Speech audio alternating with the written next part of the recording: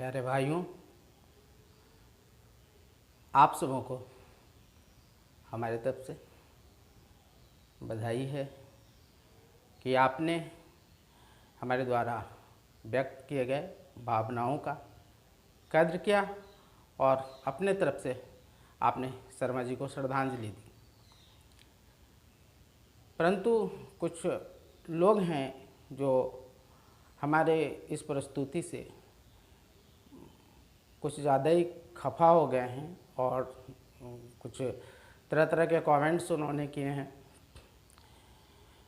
और जो भी उनकी समझ थी उस हिसाब से उन्होंने भाषा का भी प्रयोग किया है। तो मैं बहुत ही दुखी हूँ उनके कमेंट से, क्योंकि भाई शर्मा जी के साथ जो हमारा जुड़ाव था, जो लगाव था, वो दिल के तल पे था और हमने देखा कि घंटों तक किसी प्रकार की सूचना बाहर नहीं आई। जब एक अचानक उनके सब्सक्राइबर, उनके चाहने वाले, उनके प्यारे कभी सुनेंगे तो आहत होंगे। इसलिए भी आहत होंगे कि समय से शर्मा जी के बारे में उनको कोई खबर न दी गई। तो हमने उनको खबर किया कि अपने प्यारे शर्मा जी अब ना रहे और फिर आगे उनका दर्द कम कैसे हो, इसके लिए हमने उनकी यादें, उनकी श्रद्धांजलि करके वीडियो बनाई। बहुत सारे लोगों को लगा कि मैंने अपने लाभ के लिए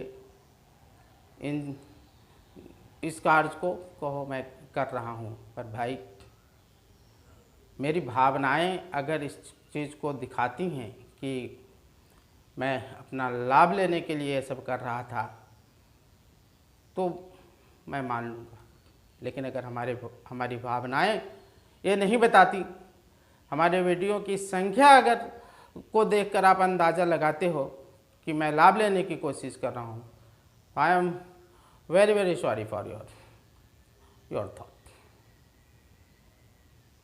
बहुत दुख हुआ कि ऐसे भी लोग हैं इस देश में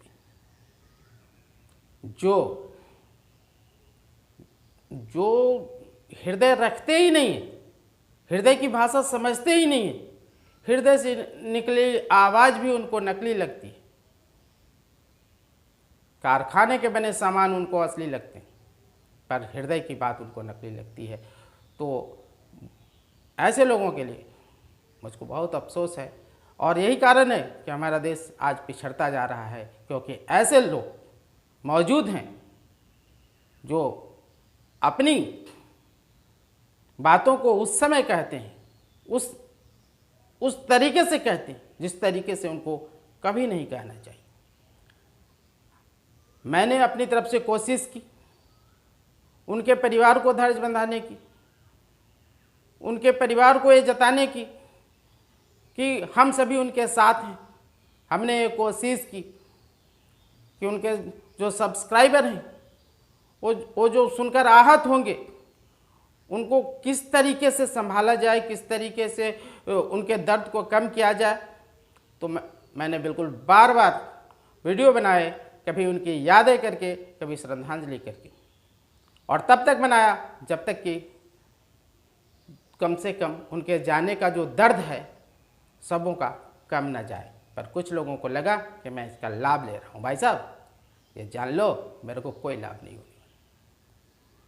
और रह गई बात कि अगर हमारे जो भी अंदाज़ा आपने लगाया हमारे बारे में, तो ज़रा हमारी भावनाओं से अंदाज़ा लगाया करो ना भाई। मेरे कपड़ों की कीमत से नहीं, कपड़े की कीमत इंसान की कीमत नहीं बताते, उनकी नीयत ही उनकी असली कीमत होती है। भाई जरा समझा करो। तुम लोग जैसे लोगों के कारण ही शायद ये देश रसातल की ओर जा रहा है। तुम्हारे जिनके कारनामे तुम्हारे देश को नुकसान पहुंचा रहे हैं, उनकी तरफ तुम्हारी जुबान नहीं खुलती। क्यों भाई, क्यों? देश के गरीब ही मरते हैं, गरीब ही जन्म लेते हैं, जीवन गरीबी में बिताते हैं, उनके लिए कुछ नहीं बोल पाते भाई। क्यों? अगर ईश्वर ने तुम्हें दौलत दी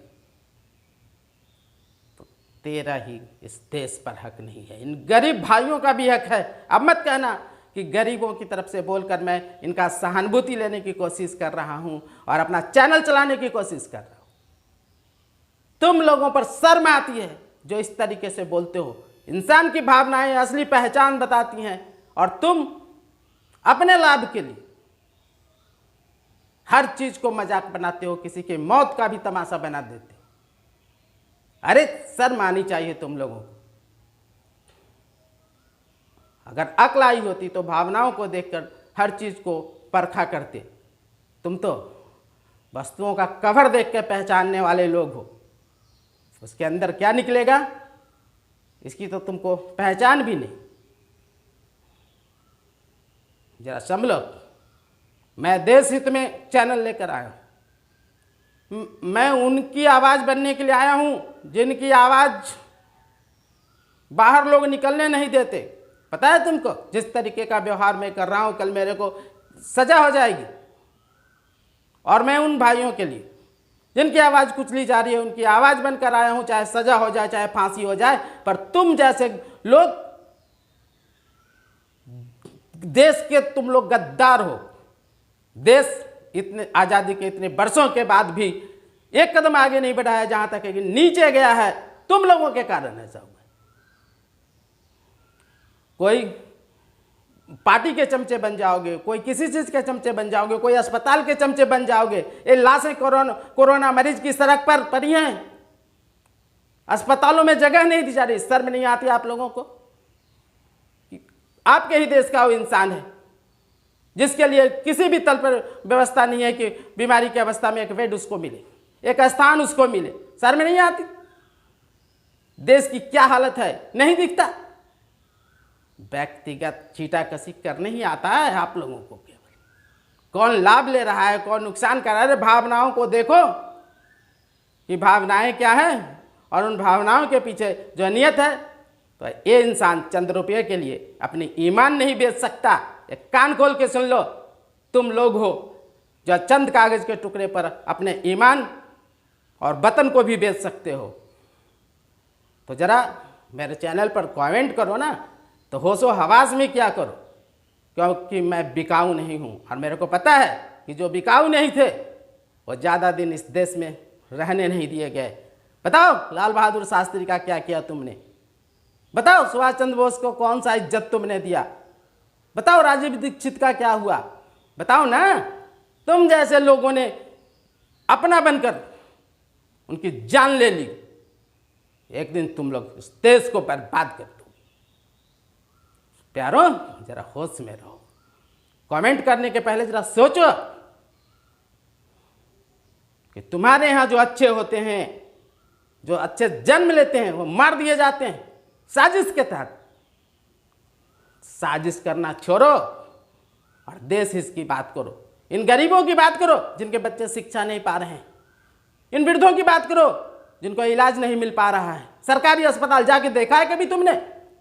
डॉक्टर लाखों रुपए वेतन लेते हैं, मरीज के लिए इलाज नहीं कर पाते। ये देश हमारा है और तुम हो भाई कि बस करना धरना कुछ नहीं, सिर्फ छीटाकशी करते हो। तो भाई समझ जाओ, मैं ये वीडियो अपने चैनल पर डाल रहा हूं, आप भी सुन लो। अगर इस तरीके से के गद्दार देश में होंगे तो भाई गद्दार के कारण ही लक्ष्मीबाई मारी गई थी। तो कोई भी सुरमा तेरे यहाँ अगर आएगा तो इन गद्दारों के कारण मार दिया जाएगा। इसलिए सावधान इनसे, इन गद्दारों से जो देश के गद्दार हैं। आज के वीडियो में बस इतना ही। मिलता हूँ अगले वीडियो में। ऐसे लोगों से बचकर रहें और देश हित की बात करें, खुद के हित की बात करें।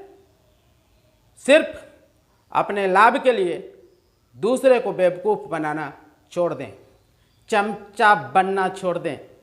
जरा अपने सामने वाले का भी हालचाल पूछ लिया करें। बहुत बहुत धन्यवाद आप लोगों को वीडियो देखने के लिए।